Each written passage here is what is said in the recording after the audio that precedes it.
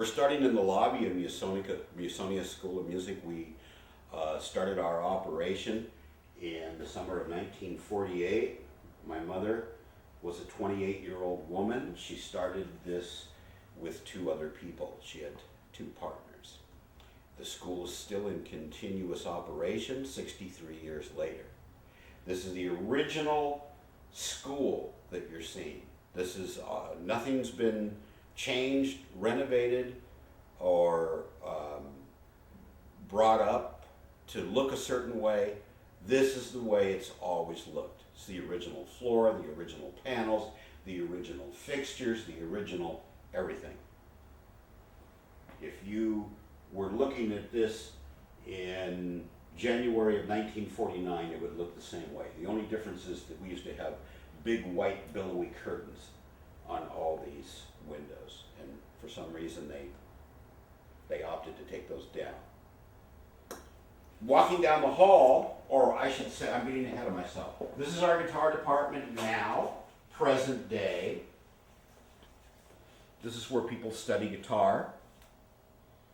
As I said earlier, it's still possible for an adult to study guitar here for a whole month for just $76. This is our guitar department now. The sketch on the wall is the architect's rendition of what the building would look like. It's always been a music school. It has never been somebody's house. When my parents had this building built, it was built on land that never had a structure on it before. I'm guessing that it was either part of a ranch or a farm. And these are? These are the diplomas of the founding members. My mother's diploma from the Regents of California upon graduating UCLA School of Music, and Dr. Coleman's diploma in music from New York University. A couple of interesting things about the my mom's diploma is you see the word Kelle. That's her maiden name, Dolores Violet Kelle. Kelle is where my name came from. Of course, I put an E in it. And Violet, we chose Violet Fox as the name of our first band. And that's where it came from. It was my mom's middle name. Walking down the hall, which again is all completely original. And we are going towards the room that Randy taught in. That was a gift from an artist a couple of Christmases ago. This is the room that Randy taught in, and we kind of retired it the way that you would retire a football jersey. And we don't teach in here anymore. We don't use this room for commerce. People meditate, take pictures, reflect. Just basically it's like a spiritual center. There's no really other way to say it. And it is preserved exactly the way it was when he left in 1979 to go make the Ozzy records. So this is exactly what his room looked like the last time he taught in it.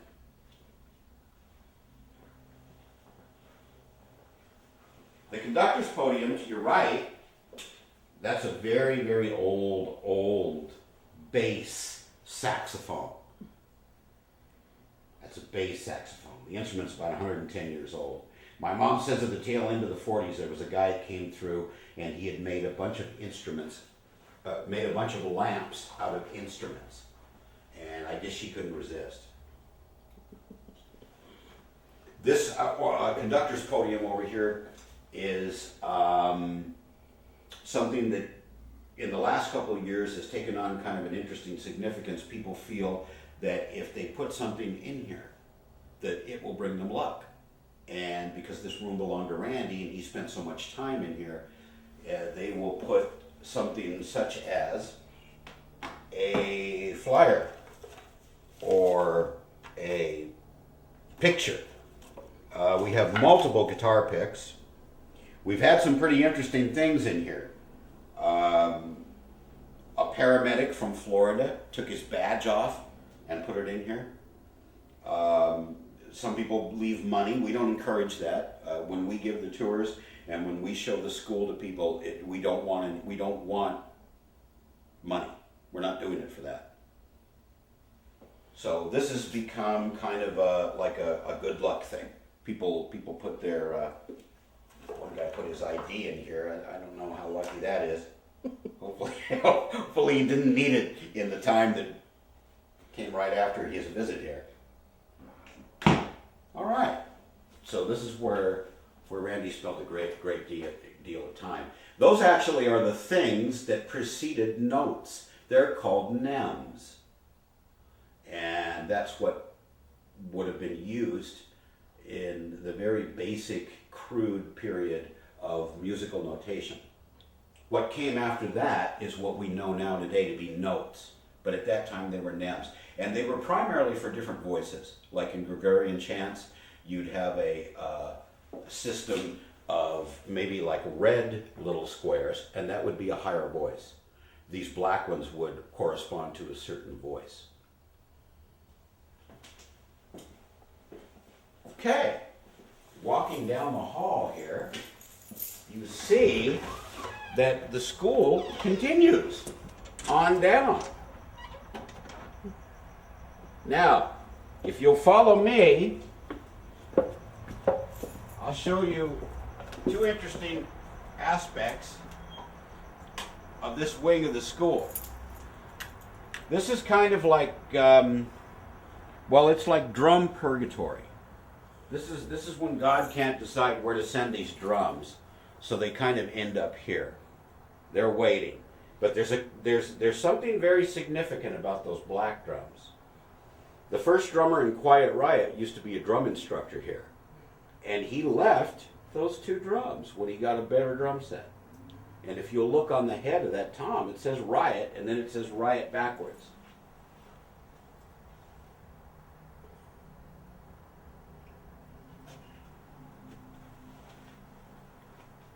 So those are drums you hear when you hear the old Quiet Riot music. Now, for the first of a couple of exclusives that we're offering to Bay Area Rocks. Randy only studied lead guitar for about 9 months. And I'm going to show you the room that he woodshed it in. Towards the end of his life, he studied classical guitar. But he actually only studied electric guitar for 9 months, at the end of which time, the teacher went to my mom and said, "He's teaching me. I don't want to take your money anymore. He's giving me guitar lessons." So, this is the room that said woodshedding took place. There it is. Post-World War II floor and all. Randy spent a lot of time in this room. It's no coincidence that one of Randy's students, Joe Holmes, who studied with my brother, would come back and hang out here after his guitar lesson so he could listen to some of the other guitar lessons Randy was giving, and therefore get a couple of guitar lessons in addition to the ones that he took. And Joe's parents would show up and they'd say, "We're looking for our son. Where is he?" And I'd say, "He's probably in the back room listening to through the vent."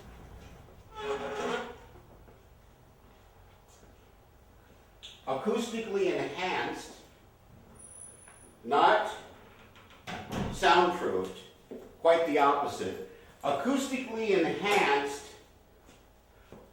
with this kind of a design, with very little carpet, just what's on the piano, very little furniture, and with the combination of a concrete or solid floor. What you basically have in here is you have an almost ideal acoustic arrangement. Allow me to demonstrate.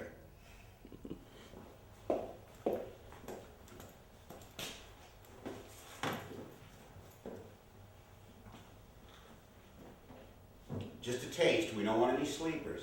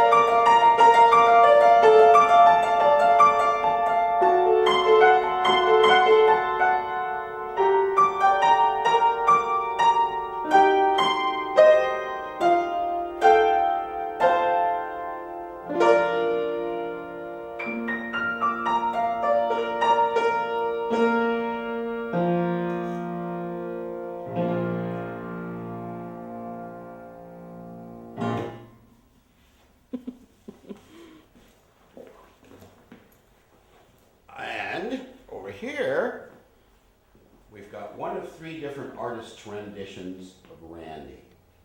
The first one you passed in the hall. This one. And then we have a artist's rendition of the very first guitar that he ever played. The very first guitar, which belonged to my grandfather. And my brother discovered it in a closet in my mom's house. And he was about 5.5, 6 years old. So he saw it in there and he kept pushing it, budging it, and then it fell on him. And he was so tiny, and the guitar was so big, that he put it on the floor and he played it like he was swimming, like laying on his belly. And that was his start with the guitar. He was about 5.5, 6 years old.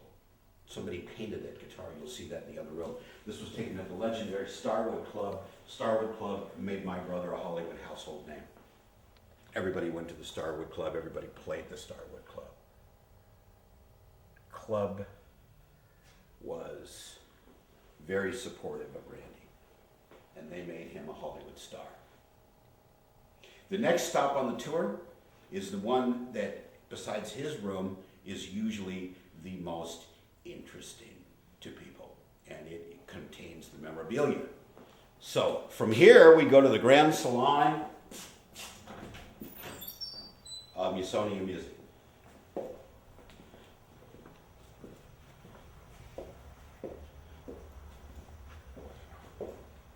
The big guitars you see at the end of the hall are not guitars for giants. They actually are the styrofoam molds that the Japanese fan club sends to the cemetery. When they arrive, they're covered in flowers, much the same way that a float for New Year's is. And they amazingly look like the real thing. Once the flowers die and fall off, we still keep the molds because we feel that it's nice the way that they did this. So we keep this for people to look at. But when they're delivered, they are all covered in flowers. And then, of course, the first thing you see is a Randy Rhoads clock. Now, I think that a Randy Rhoads clock is something that you always need to have. I know if we didn't get that one, I would have had to run out to Kmart and buy one, because I really do think everybody needs one. Musonia Music. This picture that you see right here was painted by a very gifted young Japanese guitarist named Yuto. You might have seen Yuto on the Ellen DeGeneres show. You might have seen Yuto on one of the Ozfest's locations. He's a very talented young little Japanese boy, and he painted that picture for my mom of Randy when he was about 9. He's about 11 now. And he plays a little polka dot V, and he sings Crazy Train. I don't know if you know who he is or not, but a lot of people do. A lot of your constituency will probably go, oh yeah, him. Let me direct your attention to the left, and you'll see a collage that took somebody 5 years to make. I'll throw a little bit more light on the subject. The story is very interesting. It concerns a very dear friend of the Rhoads family, who we most affectionately call Dr. Fred. Dr. Fred went to medical school and became a very accomplished Florida podiatrist. But when he was a younger man, his parents kind of discouraged him wanting to be a professional guitar player in a rock band, much in the tradition of Randy. And Randy really influenced him. He really wanted to go into this kind of life, but his parents won out and he went to medical school, which I guess in the end is good because he's very successful. And to thank my mom for not making Randy go to medical school, he made this collage for my mother and had it shipped to the cemetery and presented it to her. And it took the better part of 5 years to do this. Now, as promised, a very, very exclusive for Bay Area Rocks. The first electric guitar that Randy ever played. This did not belong to him. My mom used to have dance bands. Right where I'm standing, you can see divots in the floor where the trumpet players used to empty their slide valves, their spit valves. And all the water from them, eventually over time, made the floor kind of have little like divots in it. So I'm standing right about where the first chair trumpet would have been. My brother would have been behind. I was on drums. My brother would have been behind on guitar. And he didn't share the enthusiasm that some of the other people did in the band. He wanted to do rock. He didn't really want to do a dance band. So my mother used to have a way to bribe him. She would let him play the electric guitar. At that time, he didn't own one yet.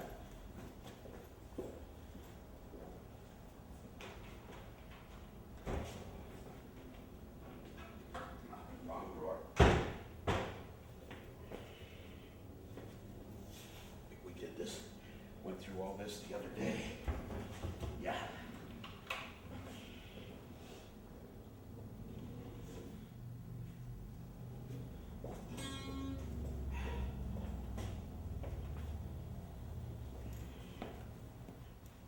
This is the first guitar that was electric that Randy ever played. It is a Harmony Rocket, probably from about 1964, 1965. He didn't own the guitar.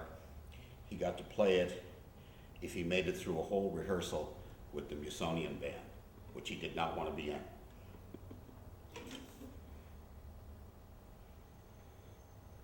In addition to this, I've got a little tidbit here that demonstrates his sense of humor. These are the amps he used in Quiet Riot. If you take a look real carefully,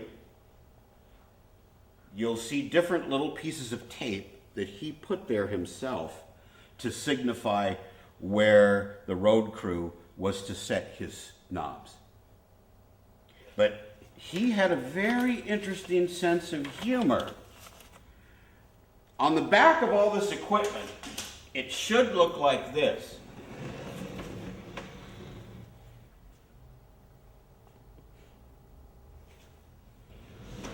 But just to confuse things a little, and to throw some humor into the equation, the back of this piece of equipment, even though it's his, and everybody knew it was his, says it belongs to Alfie Berlin and the Buzz Bombs, a band that never did exist, ever, except on this ancient PV head.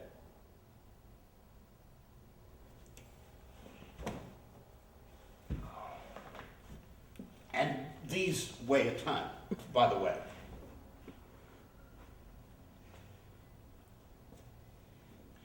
The memorabilia are all pictures that other people have contributed. They are not pictures from the Rhoads archives. They're not pictures from his personal scrapbooks. They are pictures that people have sent in. Recently, in August of last year, we had the debut of the special Randy Rhoads Cabernet Sauvignon wine. My sister is married into a family that makes wine. And they did a special one-time only run, and they named the whole vintage after him.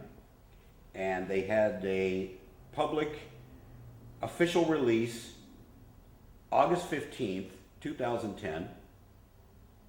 And then they had another one to follow up for the press and for the music industry on December 4th and December 5th of December last, 2010. Looking at the memorabilia, you see a couple of different very famous pictures and images. There's even one of me. Now, of course, that was 6 teeth ago. 172,000 carne asada burritos, and this is what you get.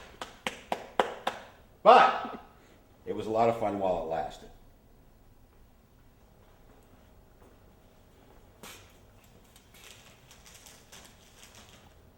Something you'll probably never see again. This is a postcard. Randy Rhoads postcard. Somebody made those for the family back east and sent them to us.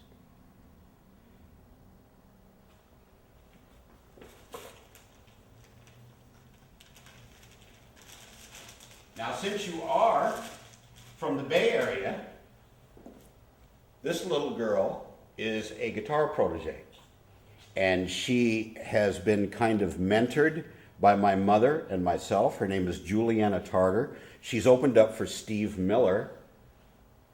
She's opened up for Michael Schenker 5 times. She's opened up for Doobie Brothers. She is living in San Jose, California, but she goes to the Bay Area to do concerts and to study with a guitar player there named Ry Kin, Greg Kin's son, who teaches in the Bay Area.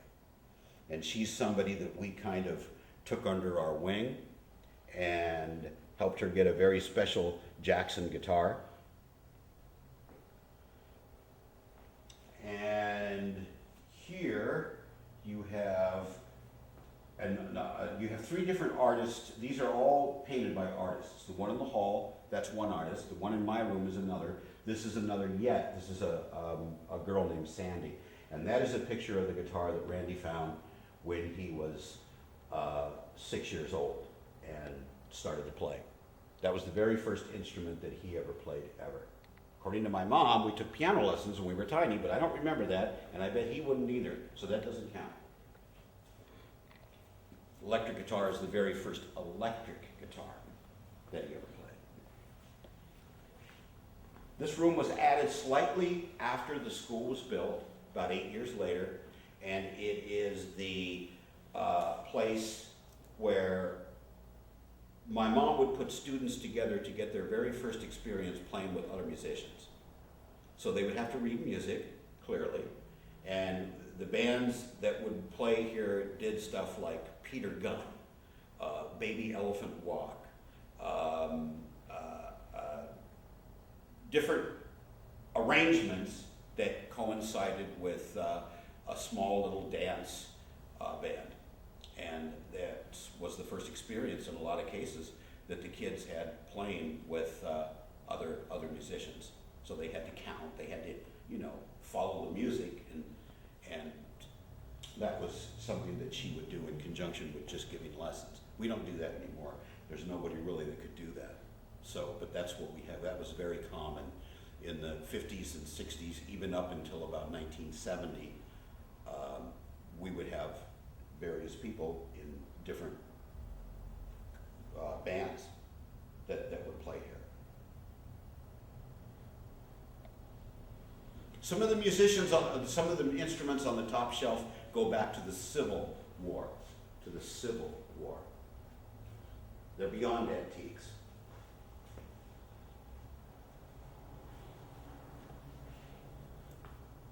Very good. Thank you very much. I'm running out of stuff to say. I'm thinking, what can I say that'll be interesting to her? That's very good. Thank you very much.